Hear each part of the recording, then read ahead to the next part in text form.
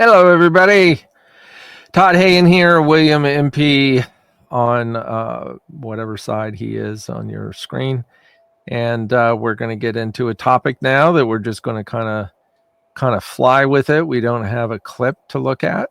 So we'll just go into, we will kind of indicate what we're talking about, but we're just going to flow with it and see what happens. So William, why don't you start? Well, yeah, in looking for a topic today, we were talking about this concept of masculinity in crisis, and it provokes my trickster that wants to ask the question of, like, what do we even mean by masculinity in crisis? Why are we not talking about, femininity in crisis? Because they mean you can't have masculinity in crisis with femininity not in crisis. That just doesn't make any sense. No, I'd agree with that. I don't think you can have one without the other. No, wouldn't be possible, right? Mm-hmm. Yeah, I wonder if how if we would be, if our audience would be interested in hearing more about femininity in crisis, if that would shed some light on the crap they're dealing with. Because if masculinity is in crisis, which I believe it is, certainly from what the culture is telling us and from what my clients are telling me. And if we're both, you and I are both in agreement that you can't have one without the other. And if anybody's going to talk about masculine crisis, they talk about that. They don't go into the feminine much. Yeah. So how would the feminine in crisis, or whatever you call it, how would that affect men? I mean, is that a direction you'd be willing to go for a few minutes? Yeah. I mean, I think one of the major things that we see now is that women are really struggling to be able to access their feminine because they are being asked, particularly in relationship, but also in society, to carry the masculine. So in society, that would be a result of a post second, third wave feminist, belief in you can be a woman and have a career and have a life of your own and provide for yourself, while also, if you want, having a relationship and having a family. What that does, though, is that when you take on this career and you take on the responsibilities of that, then it pulls you into having to be masculine, right? Having to be focused on achieving the goal, and of course, that's going to really directly impact your ability to be a mother. And there's a variety of ways in which people have kind of tried to hack that through having, nannies and a lot of co-parenting rules where men are sort of taking in more of the emotional labor, that kind of thing. But ultimately, what it does is it makes it difficult for a woman to be able to access her feminine without getting pulled into the masculine. In relationship, we have, because of what we can call, or what we perceive as, a crisis of masculinity, really a crisis of maturation, is that we have a lot of men who are psychologically children, right? Little boys masquerading as men. They have this difficulty in standing in masculinity in their wholeness. And so in relationship with female partners, they're going to find, or women are going to find, that they have a difficulty because they're not only being asked to carry the emotional needs because the immature men are not capable of doing the emotional labor, but then because he's not able to stand in his fullness and take responsibility as a mature man in his wholeness, then the burden falls on her, once again making it difficult for her to be in her feminine. If the whole concept of, like, nagging, one of the things that we always hear in that dynamic, it's like, well, if you're not able to meet the survival needs and do the survivor labor for the household, right, clearly she's going to pressure you to do that. Now, when she's pressuring you to do that, she's in her masculine. Right. So how do you deal with that then? How do you deal with this? And I hear this all the time from my clients, my couples clients. Like, say traditionally the man goes and he's the provider. He goes out every day and works his ass off in order to bring home the bacon, as they used to say. And then the moment he gets home, his wife says, "I'm exhausted from dealing with the kids all day. Could you fix dinner and clean the kitchen and put the kids to bed?" Mhm. And it's like that's in the culture now. That's just a given. It's like a man that doesn't do that. That says, "No, I just want to lay here on the couch and have a beer. Mhm. I want to relax," is considered an ass and a dick and everything else. So, how do you deal with those roles that are expected to Mhm. be played? Well, I mean, that one, we're going to have to go back one step. There's a civilizational problem, just not a societal problem. Um, Once, like we move away from the hunter-gatherer ways of being and move into agriculture, once we discover the concept of paternity, once we silo ourselves into these homes and protect our own resources, and don't share them, we are already in the trap. It's perfectly understandable that when you silo families into these homes and you try to split the child rearing and emotional labor and survivor labor in that way, it just doesn't, the math doesn't work, right? If you then pull back and you look at what it looks like in hunter-gatherer societies, pre-civilizational society, there were not just the parents, but there was an entire village full of allo parents, elders who acted like parents. There wasn't, I mean, you look, it's interesting too, in the Amazon, in the way that the villages are set up, and there isn't one family put in one tent. No, of course not. The Christian Actually, missionaries wanted them to do that, but they leave yeah. them open, and so there wasn't like I Mhm. come home and I'm expecting that you have cooked dinner. It's like dinner gets cooked collectively. The kids are reared collectively. My work is collectively shared. So that's a kind of crisis of even deeper magnitude, the one that you're describing, but true, one that does No, touch no. on. I think what you're saying is incredibly relevant for the ultimate collapse of these systems that were developed after Mhm. those tribal days, and that's an argument I present in my writing a lot. Mhm. However, it worked. The thing that I stated, Mhm. this idea of the man going out and working his ass off and coming home, that worked that way with Mhm. those roles divided, with what you're calling the I'm assuming the silo home. I mean, that worked for a long time, and it's not as good, absolutely, as the primal indigenous description you made of the group family, but it worked. At least it appeared to. Okay, yes, from the patriarchal view, it was Mhm. fine for men, and maybe women were not happy for generations and generations of being the ones that did not get to go out Mhm. and do what the man did with career and with all of that. Although a lot that I've read, whether it's true or not, Mhm. says that women were happier. I mean, I know Jordan Peterson talks about this a lot, that women were happier during those more traditional times, of raising the family and being in charge of the home and the children and whatever. And then when the husband came home, he was the one that brought home the money. And then attention was put toward him relaxing and not having to fuck around with stuff. Mhm. I hear what you're saying. I agree 100%. I think that things started to go downhill as soon as we just right after we discovered fire. I think anything else was Well, downhill. I mean, I think You know, yeah, huh? maybe, sure. I mean, if you want to go back that far, but actually, what you're describing about the transition from traditional family roles that are more aligned with biological realities, right? Mhm. And also, enforced and unchallenged in a way that alleviates you from the burden of challenging them, right? It's like you don't have to worry about who's going to do what. We know it's already been pre-established. No, I think really from an existential point of view, the trouble that we get into is that the minute we realize that we have the capacity to transcend these planes of immanence, these biological realities, and that there is a motivation in the culture to progress and move forward from beyond that, and to really get a taste for our own freedom, we then come across the main core issue of existential thought, which is responsibility for the choices that you make out of your own freedom.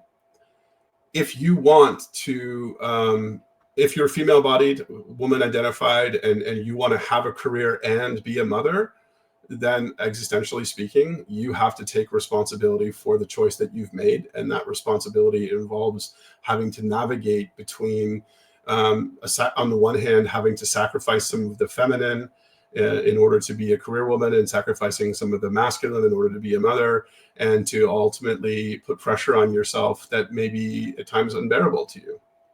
You have the. Do you really think that's a viable choice, to be a career woman and have children?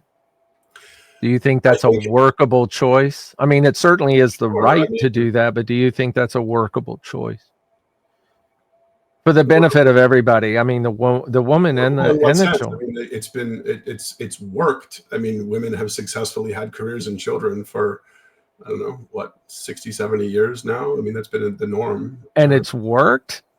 Well, would you be able to give data on that? What does worked mean? Sure, it's happened. Like, worked in the sense that like, so far no one's given up the idea.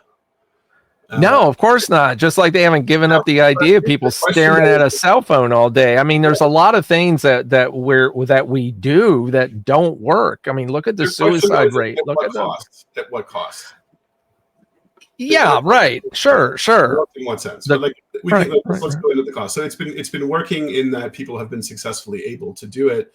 Working in the sense that we haven't given up the idea that that's still a viable and favorable option to traditional family roles, which in progressive society generally is the rule.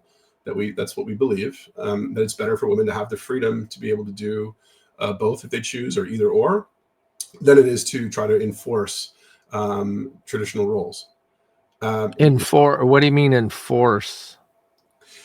Well, like, I mean, who's enforcing the traditional role? Like, who would enforce that? So what we're talking about is enforced is if you go back to like, let's say the 1940s, and you were a woman who wanted to go out into society and make money on your own, your choices would be limited, because literally you would come across people and institutions that would just say no. We don't. Yeah, absolutely. But that wasn't the question. The question was, I think that women should always have the choice to focus on career, but career and having children. That was the question. And whether that's a viable combination or not is the question. No, you're absolutely right. I mean, there's so much complication to this discussion where it would go as far as the question becomes, is it viable in the sense that can you raise emotionally healthy and developmentally sound children and also meet the expectations that you would have for a successful career, advancing in your career, making good money, making a name for yourself, creating a legacy or whatever, building an industry or a company. I think it's undeniably really hard to pull off both well. Mm-hmm. I think there's probably plenty of examples. I mean, I can't think of any off the top of my head of women who have been successful in that way, and usually, and quite rightfully, like single moms, they are seen in a heroic light, because it really is a kind of miraculous thing to be able to pull that off. It takes quite a bit. But what does pulling it off mean? What do you mean by pulling it off? Well, when the thing about single mothers, one of the reasons why I think the left is right to really revere women and really give them quite a bit of grace and understanding, who are trying to raise a child on their own and also provide for them. So basically, to play two roles at once, is that if you can do that with your sanity intact and your children socialized and developed and mature and independent, it's a fucking miracle. It really is. I wouldn't disagree. It comes at a huge cost, and one of the costs would be your capacity to have a life of your own, even a private individual life, a life of reflection, and a life where you are free to explore your own authentic interests and desires. I mean, I just think if you're trying to put food on the table and raise kids, when do you have time to explore yourself? When do you have time to have interests or hobbies or relationships outside of that are engaging? And men and women, or just women?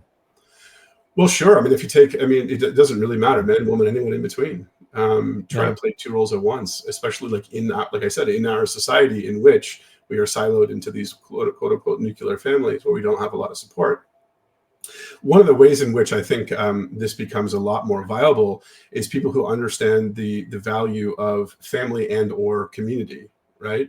And for those who are cut off from family, community becomes even more important. And I've said this before, and this is one of the great lessons that I think a lot of people can learn from the queer communities is their ability to create chosen families and communities. You know, a lot of really healthy long-term relationships that I've seen with gay couples, they have a really, really strong community. They have a lot of aunties and uncles that are around, and even with kids, they grow up with just a lot of friends and a lot of support. And from what I've seen, and I don't know, maybe you've seen something different. My understanding or my experience has always been that they do better than straight couples at realizing that they need a strong community and a strong family. I mean, I focus on the community mostly because, unfortunately, up until very recently, maybe even now to the same extent, because of ostracization and the family doesn't want anything to do with them. It's they're forced to be more reliant on community. I was thinking just the other day about, I was on retreat in this retreat space in upstate New York. And I didn't know this before I went, but when we arrived, they explained that this resort was established in the 1980s for gay men who were dying from AIDS. Oh God! And because they didn't have anyone to take care of them in the city, that these men had established this place, this, essentially a collective palliative care in the woods, and they all came together and took care of these men as they were dying. Wow! And I thought to myself, Jesus, it's a tragedy that obviously that these men don't have the family support to guide them through this profound process, but it's also a fucking miracle that this thing exists. I'm almost envious, like I don't have a community like that would support me. Yeah, but it's at one point we walked out to the graveyard that they had created because a lot of the men just didn't they didn't have burial sites, in the family. They didn't have the money to pay for it. And so these men who died from AIDS, the community took them out, and they held ceremony for them, and they buried them there. Yeah. Wow. Yeah. Well, community itself, I mean, that's going back to your original comments about indigenous people, that human beings. Civilizational. I mean, I don't know that that one is needs to be occupying the land that they were born on, whose ancestors were there. It's pre-civilizational, like pre-agricultural, really, hunter-gatherers. Yeah.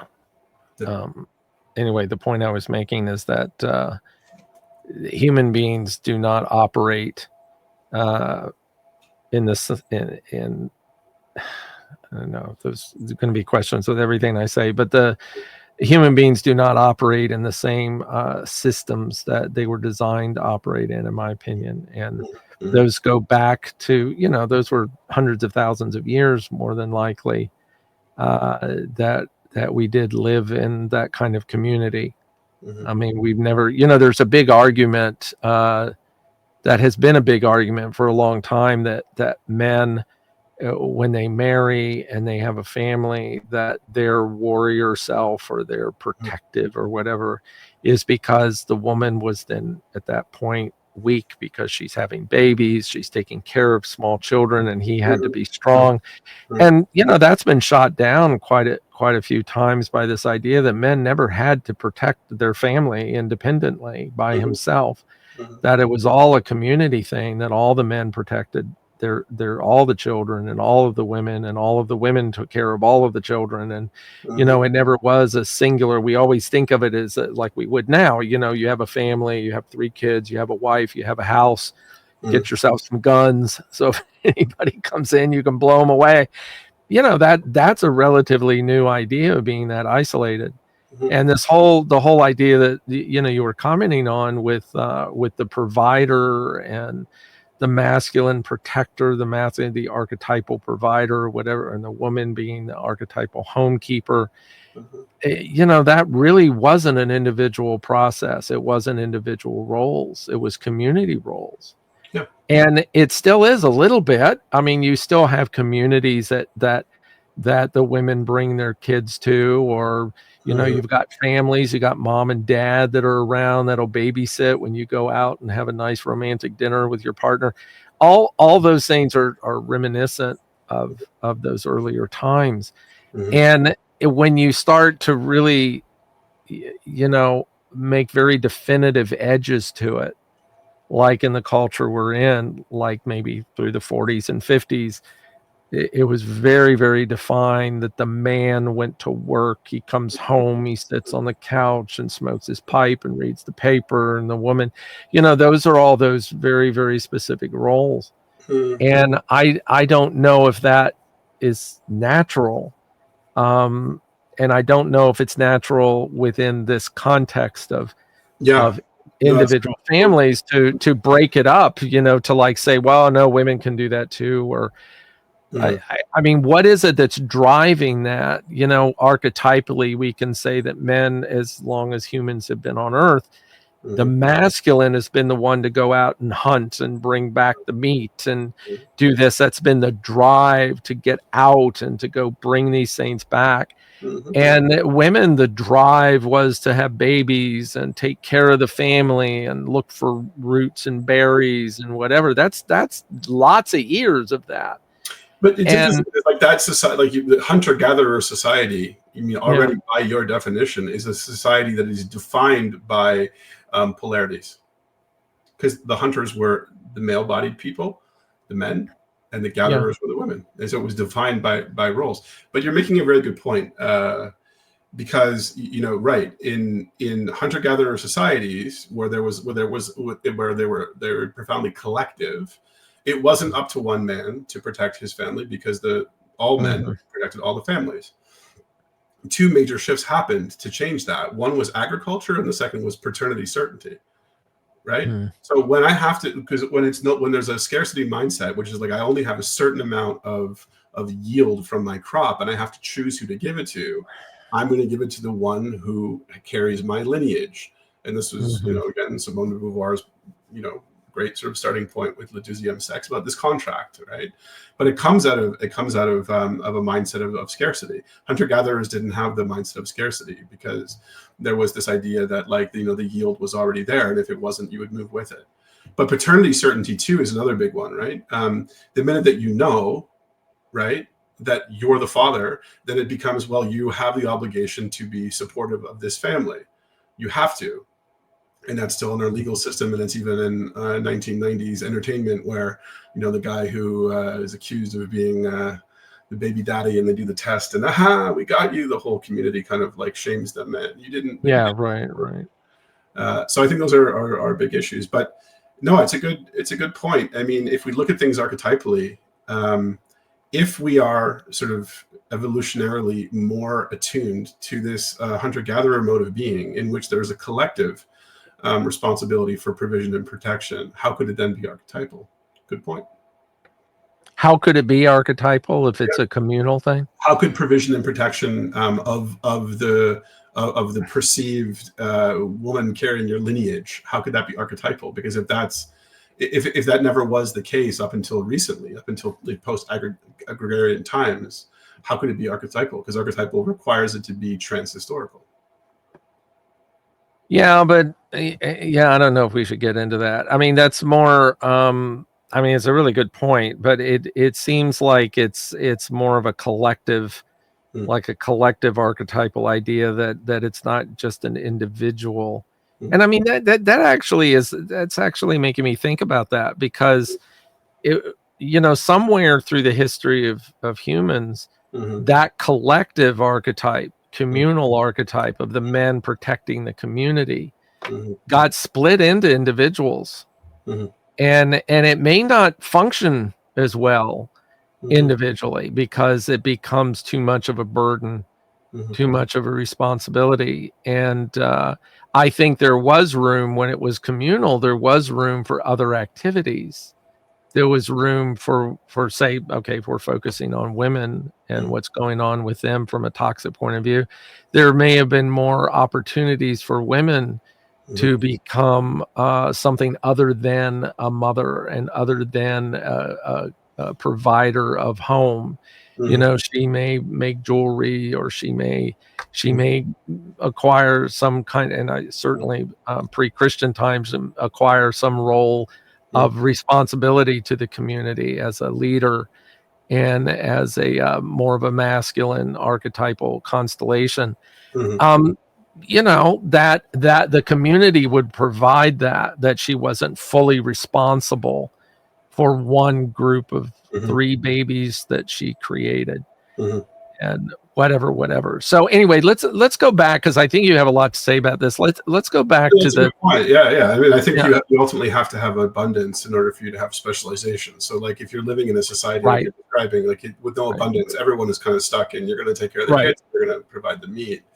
But you're right. No, let's come back, because there's a really good point there. I mean, one of the questions that I think you were sort of drawing out of this is, like, what do we do? Like, what's to be done? And my point around, gay communities and how they, for me, in my experience, have done, in some instances, a much better job of having a supportive community. That's where I think that,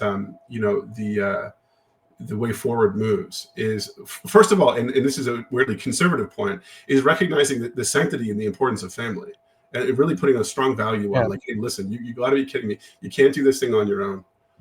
Having a supportive family, 2 supportive families, on both sides, who are there for you when you need it, just takes that pressure off, especially when you have young kids, right? I mean, this is the one thing that I noticed immediately when I had a child, is that, oh my God, like, having aunties and uncles and grandmas and grandpas around that you can, go to for support, or to get a night off, like, you kind of, I almost at one point felt like I wouldn't be able to survive if I didn't have this. I would lose my head.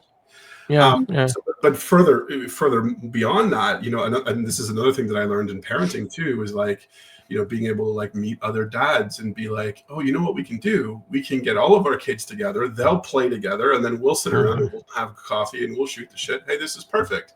And then, the wives get to have their day off and do their thing.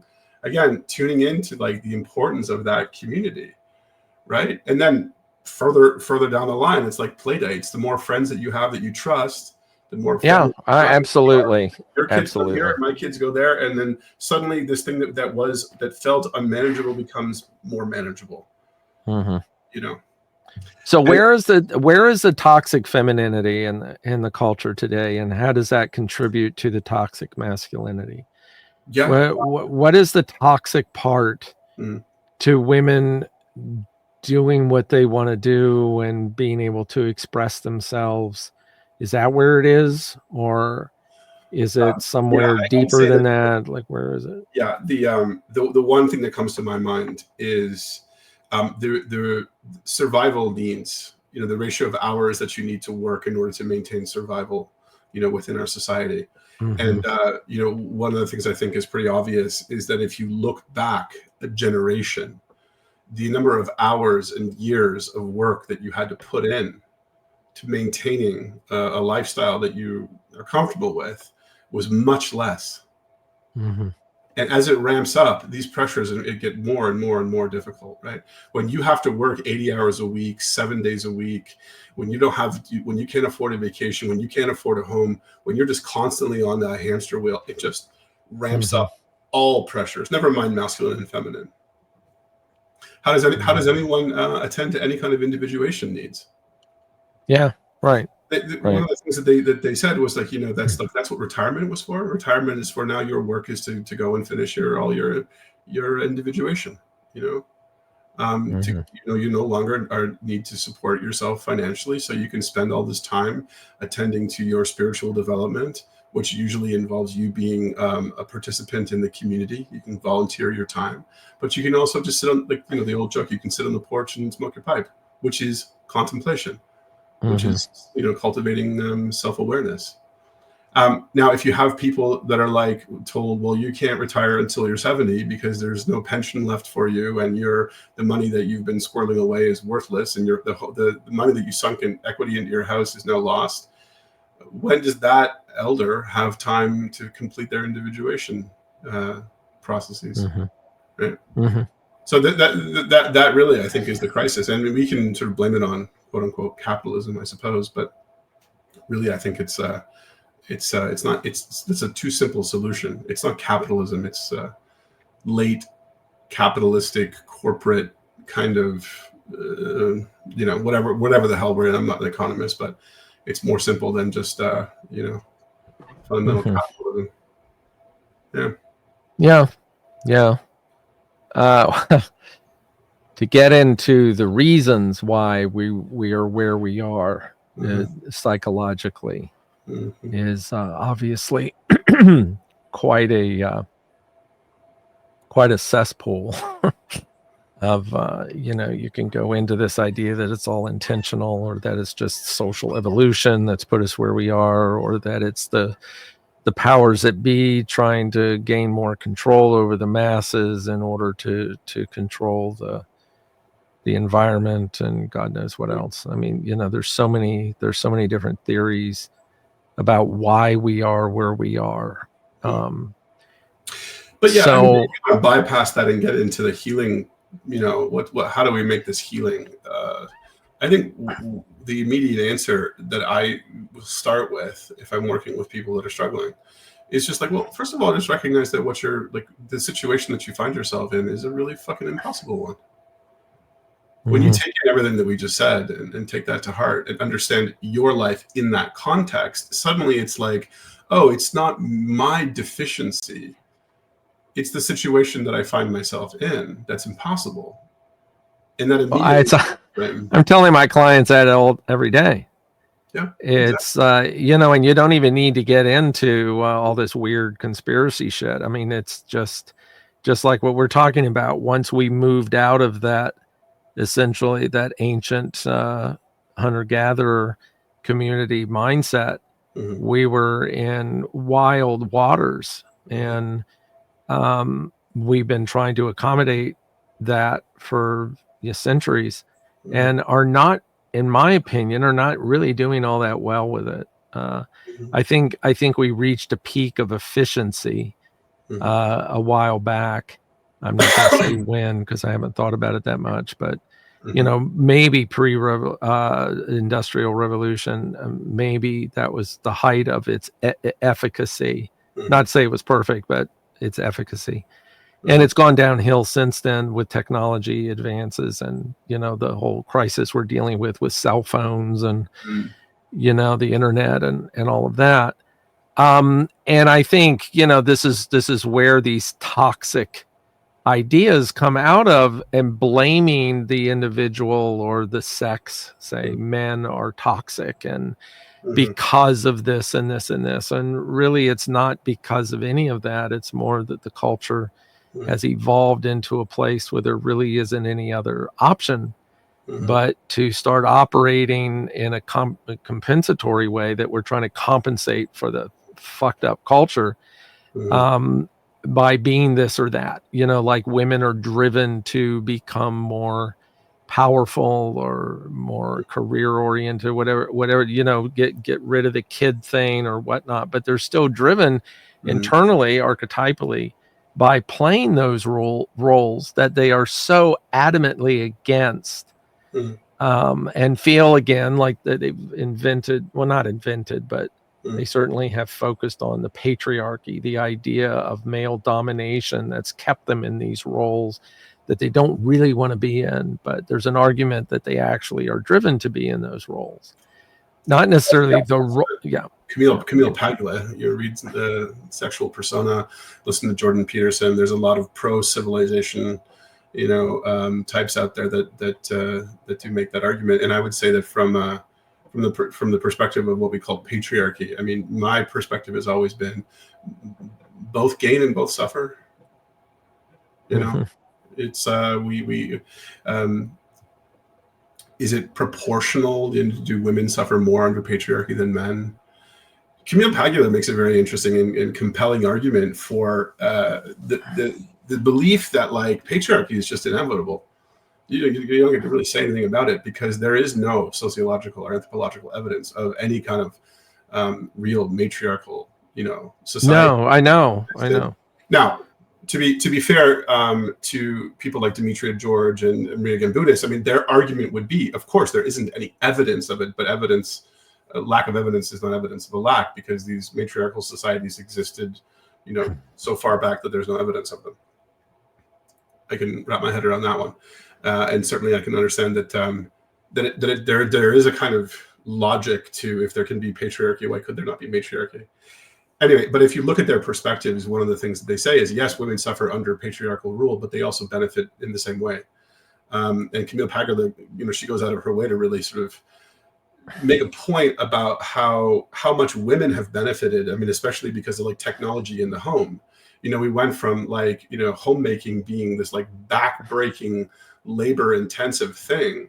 In a very short period of time, you have bourgeois malaise in these, housewives in suburbia because they have nothing to do. And they fill their heads full of neuroses and go to therapists to deal with it. Well, isn't that a result of advancement in technology and medicine? It's like, back in the day, women were pregnant, for their entire life. When they could produce children, they were pregnant because their babies died. There was no birth control, so they were busy. They didn't have time to go into what you're talking about. So, well, if you look at the history and the evolution of feminism, I mean, it's like, there's no dishwasher, no women's lib, because there's no time for a women's lib if there's no dishwasher. Yeah. And birth control, I mean, that radically changed. I mean, that was the thing that essentially changed the world. If you could name one thing that changed human experience, it was birth control. So there's all kinds of shit like that. And going back to the patriarchy, would you even entertain an argument that patriarchy, male dominance, was essentially born out of technological advancement? That if humans remained hunter-gatherers, no, would there be really any reason for the masculine to be in charge, say, to have the power over the community at that time? Because, as time goes on, machines are made, weapons are made, war becomes a standard way to deal with economic problems. On and on and on. I mean, you could. Well, yeah, I mean, I think the argument, goes something like this. No, the technology rises out of the patriarchy, and basically, the rise of patriarchy is the rise of the human struggle. In Camille Paglia's sort of definition, in the masculine against the feminine. It's the Apollonian versus the Dionysian. It's civilization contra nature. Right, it's head magic versus belly magic, and essentially it's and I think that's all technology you're describing. Yeah, exactly. Yeah, but essentially it's like the whole project of civilization is an extension of the masculine desire to pull out of the vortex of the engulfing mother of the earthy chthonic world. So, but I mean, I don't know if cart before the horse. I mean, is it? Well, that's kind of what you're saying. You said a second ago that the patriarchy came out of technology, or that you were saying it didn't. So then it's like, because you can conceive, you can envision and design and conceive and manufacture the technology that will be in service of the project of dominance over nature. Exactly. Against the of the world. Yeah. So yeah, that's what I meant. Let's go to your expertise, because a point that she makes very well in that book, Sexual Persona, which is a great read, love it or hate it. I mean, she pisses a lot of people off with that book. Bless her soul. But she's making this point about this amazing balance in the Egyptian world between the masculine and feminine. This balance between like head magic and belly magic, this kind of, and I know that's kind of a bit of your wheelhouse. So, the consciousness of the intellect, consciousness of the heart. Yeah, absolutely. I do believe the ancient Egyptians had a really good handle on that, a balance on that. The patriarch or the masculine certainly dominated in certain areas, but the feminine dominated in other areas that were equally important. It was more balanced, yeah. I think so. Yeah, I definitely think so. Especially If you look at their pantheon, you look at their gods and goddesses, you can really see how they were looking at the cosmos in that environment balance way. too, because on the one hand, of course, a culture that's from the desert is going to have a reverence and a kind of a humbling experience with the sun, right? Yeah, but and also the river. Exactly, being on the Nile Right. as they were, Right. there was this kind of balance between this cruel enlightening sun that's then quenched and kind of balanced by the muddy waters of the Nile, and it's like in that balance that civilization flourishes. And Yeah, absolutely, spirituality flourishes too, right? That's the other thing. I mean, you're talking about specialization before, but like in hunter-gatherer societies, well, the first specialization is the shaman, the medicine, the priest. That's the first specialization that comes. And I think if you look at, like, when you look at the history of religion and the history of the transpersonal or the spiritual experience, I mean, it always comes back to the Egyptians and how it's always been my impression that they had a civilization and a culture that was grounded in the transpersonal, not the other way around, not grounded in the material. Is that true from your perspective? Oh yeah, most definitely. Yes. And it's again, the most interesting thing about their culture, and I think what the West certainly sees in it, is their material accomplishments, building the structures they built. And whatever is being, okay, well, this is what they really had a handle on.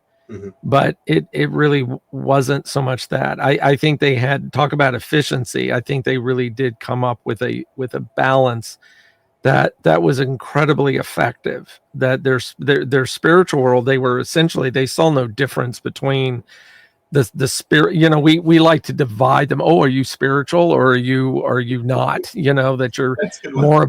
Yeah, I know. Are you more into the material manipulation of matter, or are you into the transpersonal and this or that? And but that's they didn't see the difference, right? Is that we look at the material, like the result of the material sort of world that they built, and are completely flummoxed by how they did it.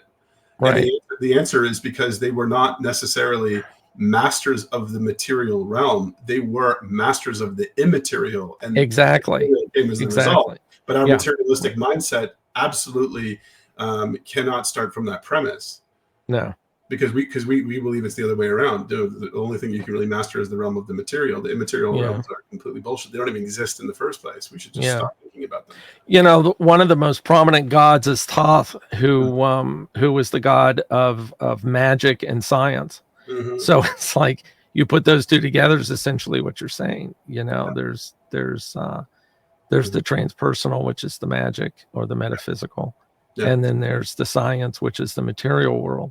In fact, there's some theories that say that they had such a mastery of the material world through their consciousness of the heart and through their transcendent view of the cosmos, that they could manipulate it in ways that we cannot do anymore. They could actually levitate and move stuff around and whatever. But But I wonder, okay, so let me just give it. I'll give you a question from like a kindergarten perspective. Okay, so if they were so spiritually evolved, why were they so fucking cruel?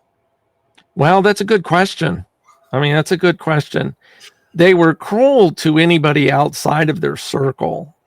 Their battles and their military campaigns where they chop people's penises off and pile them up in a pile, and they were and their hands, they would cut their hands off, their enemies' hands off, and their penises and whatever. That's a good question. I don't know a lot about that.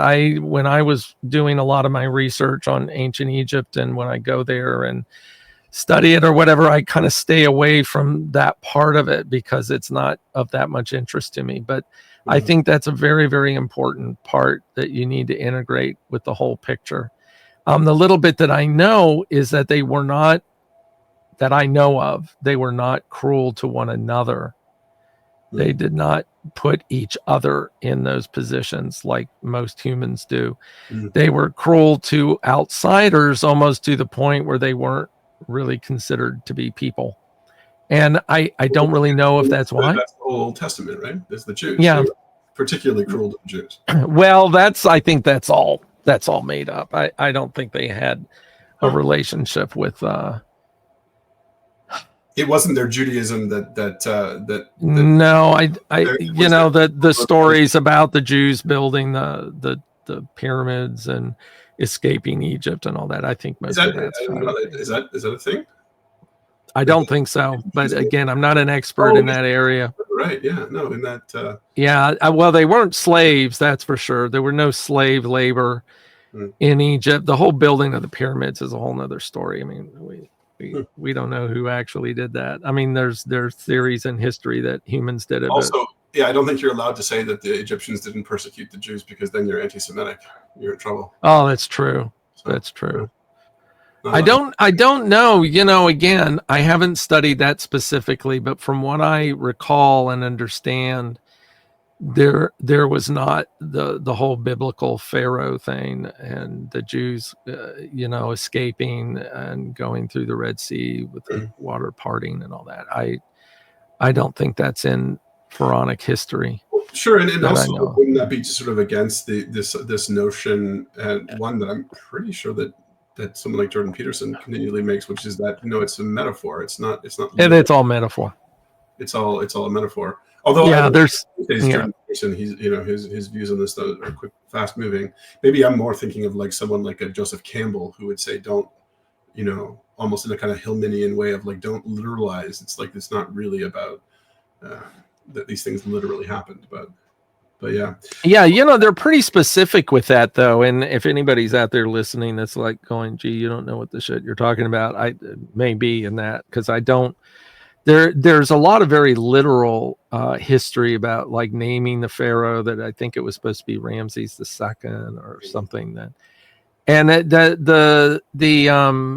What's interesting is that the Moses story very well may be true, that he was found as a baby in the marshes and had a relationship with one of the men that became pharaoh. I mean that there may be historical context to that story. In fact, I've heard, and I think Freud even wrote about. I think it was Freud that wrote about Akhenaten as being possibly being Moses as an adult.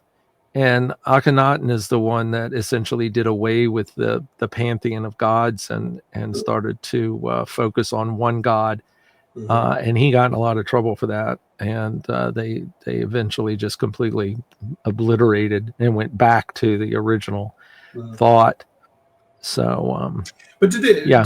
Is your experience with I don't even know if ancient Egypt is the right word, but like, was there this veneration of like androgyny? That the bodies were presented in this androgynous way because they had such reverence for the priest class that had this kind of almost shamanic androgyny in their presentation, because it was don't know anything about that. So, that's kind of an interesting idea, but I'd like to believe that, like, okay, maybe we looked at, like, if we look to what does it look like for what we talk about the full integration of masculine and feminine and the full kind of union and in the marriage of that. What does that look like if it happens collectively and on a societal level? Is Egypt, is that what it looks like?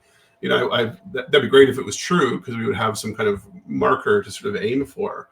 But I guess the question remains as to whether or not that's even true. Yeah, I kind of doubt it, although it could be. I mean, most of my study of Egypt was more metaphysical. I mean, it was more around their spiritual concepts and whatever, not so much about the people. But I do know there was the people that originally studied Egypt were Victorian English, whatever, Christians, men, of course.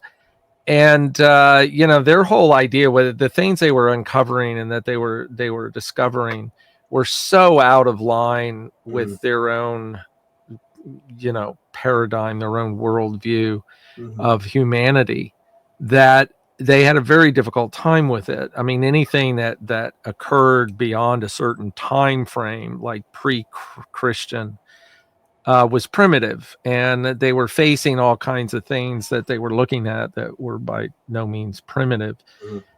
This was pre-Iron Age, so.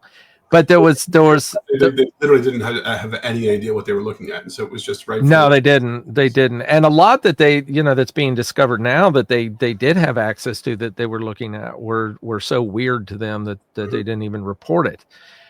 Things like talk about male, female, masculine, feminine. Though there's things about the pharaohs masturbating into the Nile in order to make the Nile move a particular way, and just stuff like that. They were really into right. Starts off into the Nile River to make it more fertile. All right. No, I think that was ultimately what it was, because the Nile did an inundation every year. It would spread out. It would get wider, and then it would fertile the agriculture on the banks of the Nile. That was a very, very important thing that happened every year, and they had all these festivals about it. Curious interest, man. Would it be like ceremonial, like everyone standing around and get a fertile? Yeah, I think. Everyone, yeah, it's a good one. I think so.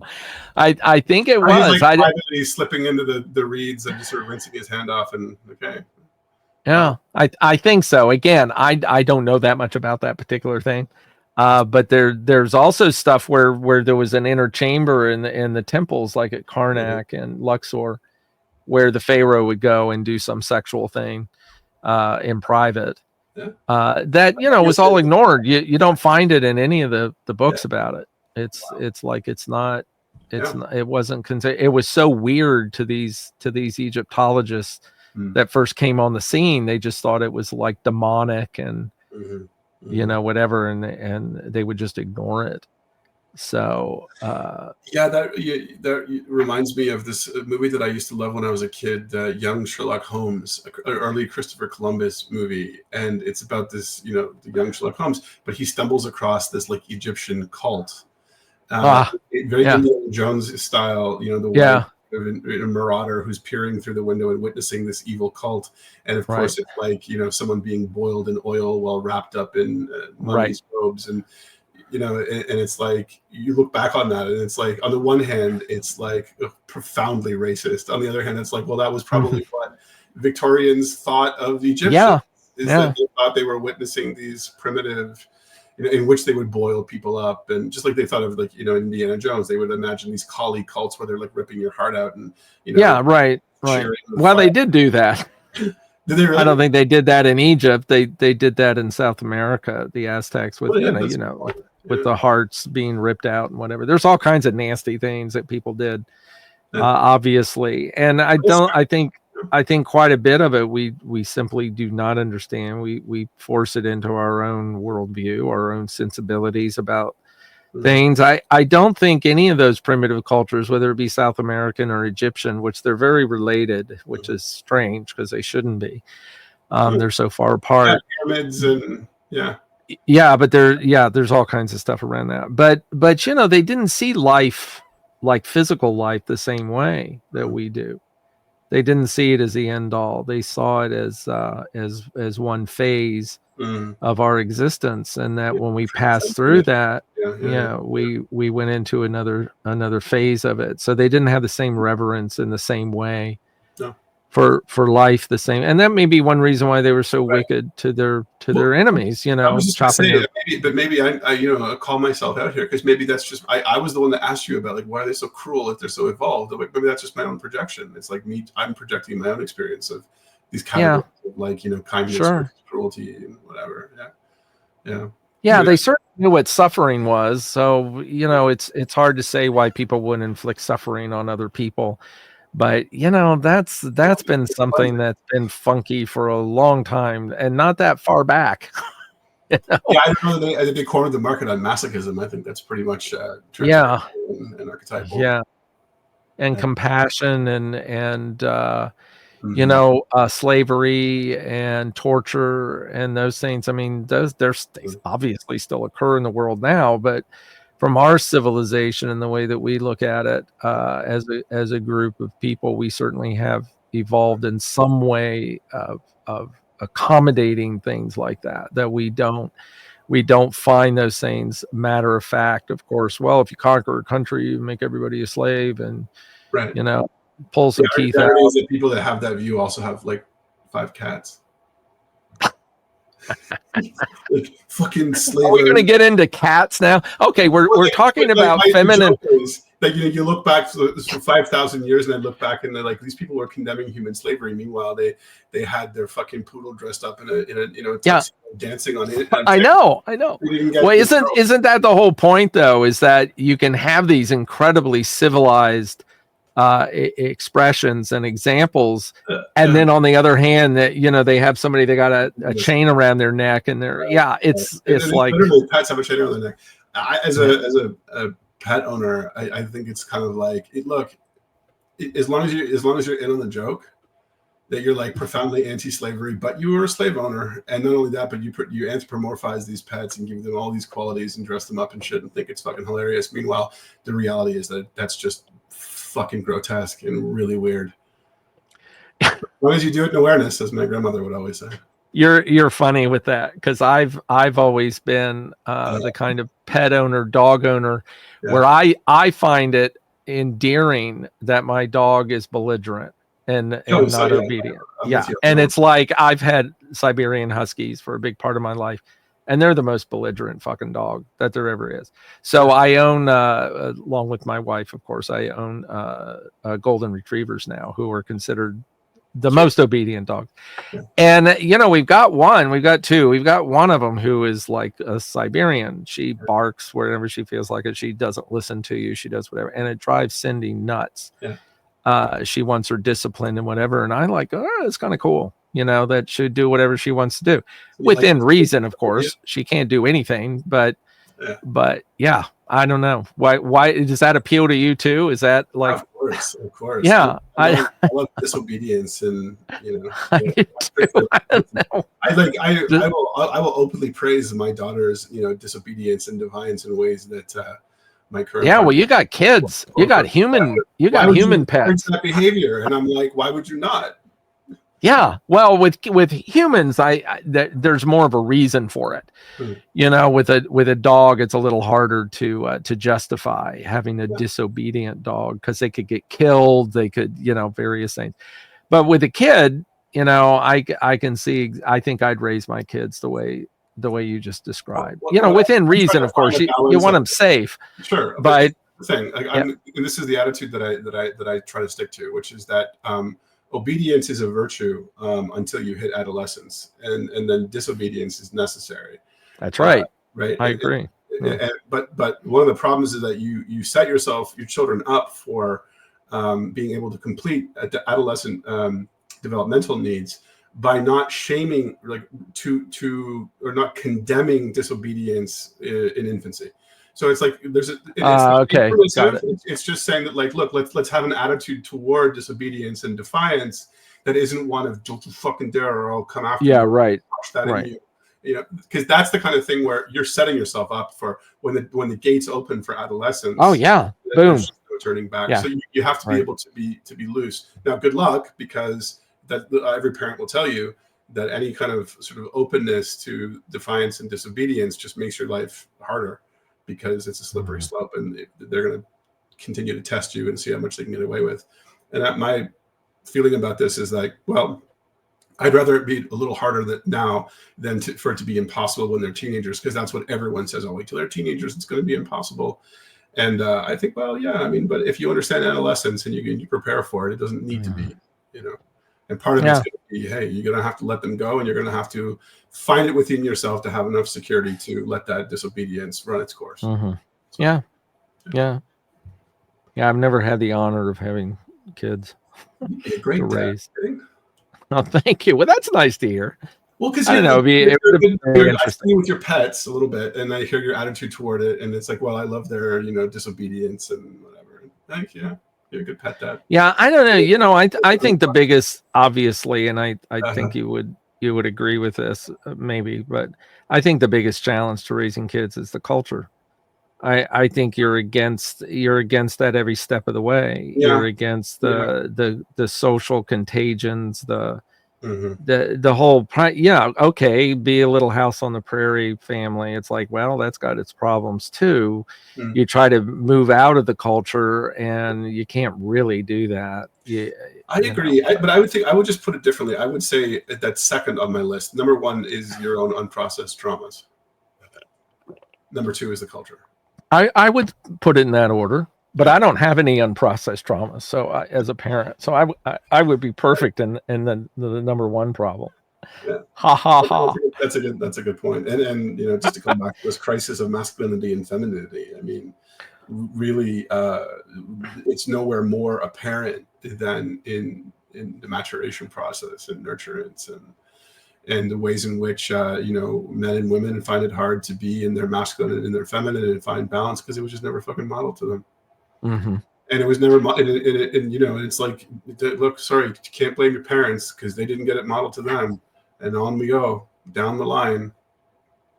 Well, to sum it up, from my perspective, just because we got to stop in a minute, it really is there's an operating system going back to the Egyptians. The Egyptians call this ma'at, which essentially is a plan of being a human being that we're all born with. We're not born tabula rasa. We have this operating system, that innate quality of being a human being. And this is where archetypes come from, and the idea of the archetype comes from as well. So I do think we have the manual embedded within us, and the reason we don't follow it is, the first reason is what you just said, unprocessed trauma, complexes from childhood and whatever that might be. And the second is the power of the culture. If we're conscious of those things, if we work through therapy, we work through our own complexes within us with our own unresolved or unprocessed trauma, then we've got one big thing not necessarily out of the way, but it's not as influential. And then we have to be conscious of the culture and how the culture is pushing us in to swim upstream, essentially. Totally. And if we become aware of those things, then we have a much better shot at having relationship. And they're interconnected, right? I mean, look, it's not for no reason that Robert Moore, as his first job was to deprogram people who were in cults. Oh, right. Okay. Microcosm for the macrocosm, because archetypal psychology is about deprogramming you from the cult of culture that you're in. That's right. Parents McKenna, culture is not your friend. And the antidote to the cult of culture is to tune into the archetypal forces within and above and beyond. And essentially, the medicine that we receive to deprogram us from culture is archetypal and transpersonal. Right. Exactly. And again, going into the Egyptian thing, the Ma'at was to reflect the divine on earth in a physical expression. And that's exactly what you said, just in Egyptian words. So, okay. So I think we can call this done. Very interesting little paths we went in, which is good. We start from one little topic and we got all the way. That's right. We civilization. Yeah. That's wild. I totally forgot what we were talking about. I hope everybody had a good time in watching this. And again, if you leave comments, it would be great. And please subscribe if you haven't already. If you want to write to either one of us, you can just go to our websites, which are listed below, and check in. We'd love to hear from you. Forgive us our sins. Give us a better. Really. Tell us what's the better story to tell. Yeah. And we have a community here. Yeah. Okay. And the community is, like-minded humans. we all do have something in common. Yeah. Okay. And we'll see you next week, and take care. Bye-bye. Bye-bye.